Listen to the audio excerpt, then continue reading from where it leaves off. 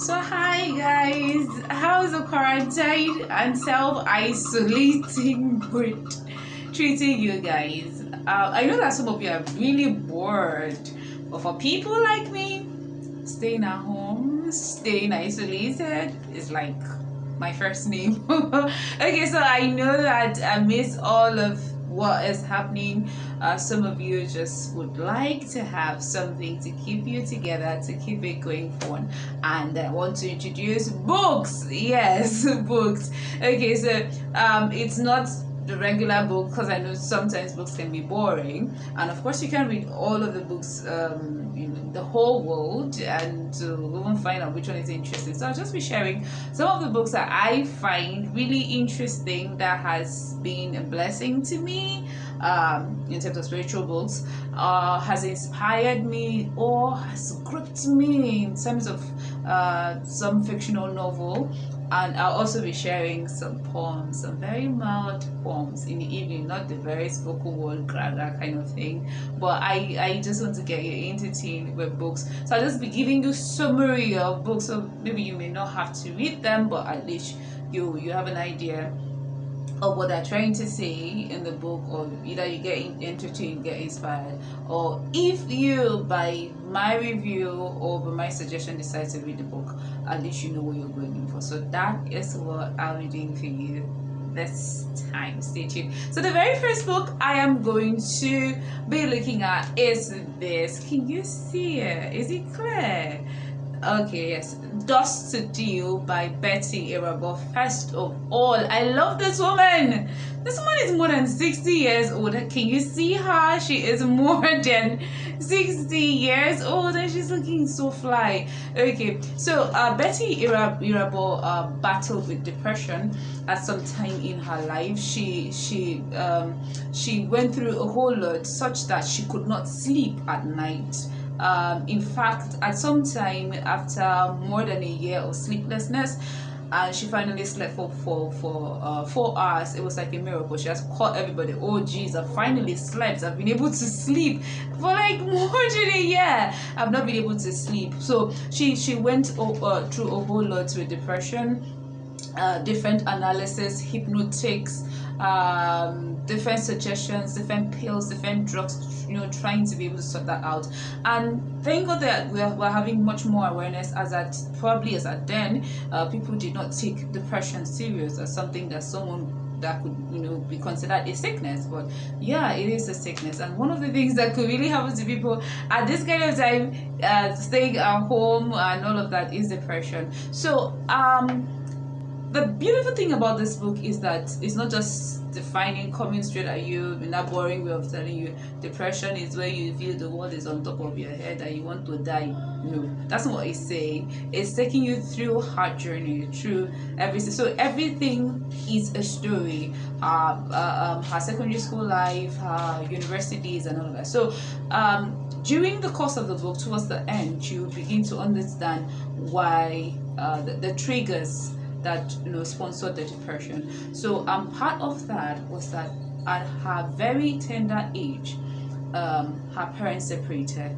First it was her mom who left, and then the father married a new wife, and which was a very good stepmother by her own records. So but after that, something happened, that her father, who was a policeman, was transferred to another state. So she was just coming back from school that day with Fred, her brother, her younger brother, and she just saw their things stuffed in a bag, and all her father told her was, go to your mom, and handed her some money and gave her the bags. So that kind of moment of separation and no explanation.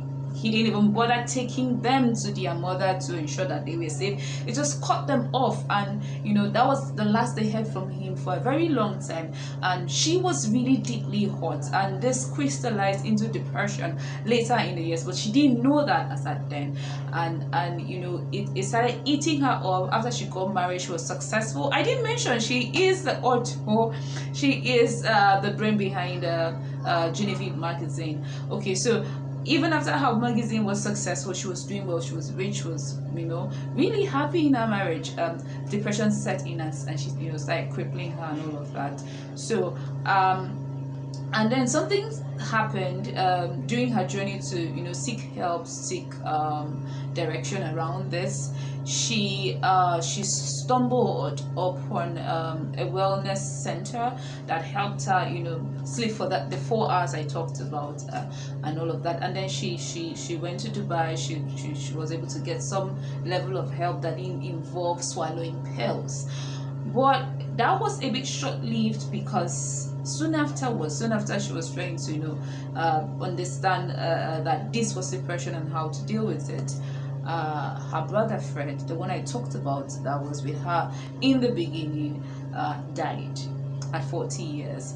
And this was because he was suffering, he had sickle cell anemia, but he had outgrown that the vulnerable years, and they were hoping that he would stay alive. So it was like a shock.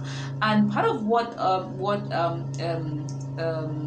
for the brought about his death was that the healthcare system was really poor, because when the brother was admitted, he was first of all laid on the floor because there was no bed, and after maybe a bribe had happened, a bed manifested. So having to lose her brother at that time just plunged her into a whole new very terrible level of depression, and her health, her appearance, everything just came crumbling.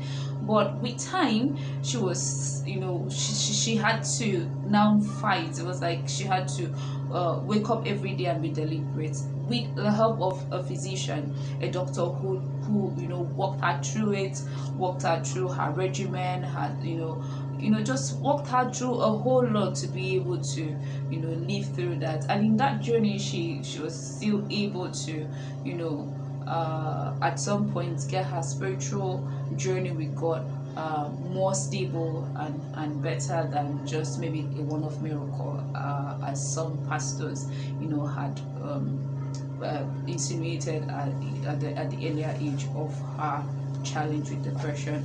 So I think she has some things she calls life lessons here that I'm just going to share with a few people who are going through some of this time. So that's just like a take home. So one of the life lessons is fight your fears, and if you don't fight fear will cripple you. So sometimes you have to just wake up and just face it, and move forward.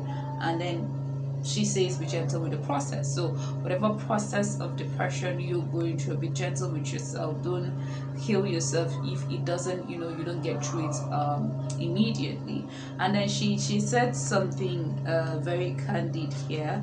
She says that sometimes depression makes you feel that all the negativity in life is the only thing that matters. So I know that feeling. Believe me, I know. It's like it's just you. It's just bad in your own lane. It's just bad in your own street. Sometimes you feel that way and all of that. So she says you should instead find reasons to live. Well, why are you living?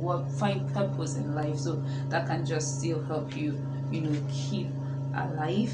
And then she says speak out, ask for help. I think one of the things, especially in this climate when we don't see depression as such an issue, we're tempted to just keep it in. But sometimes if you really feel bad, I know that sometimes I've had to reach out to my friends.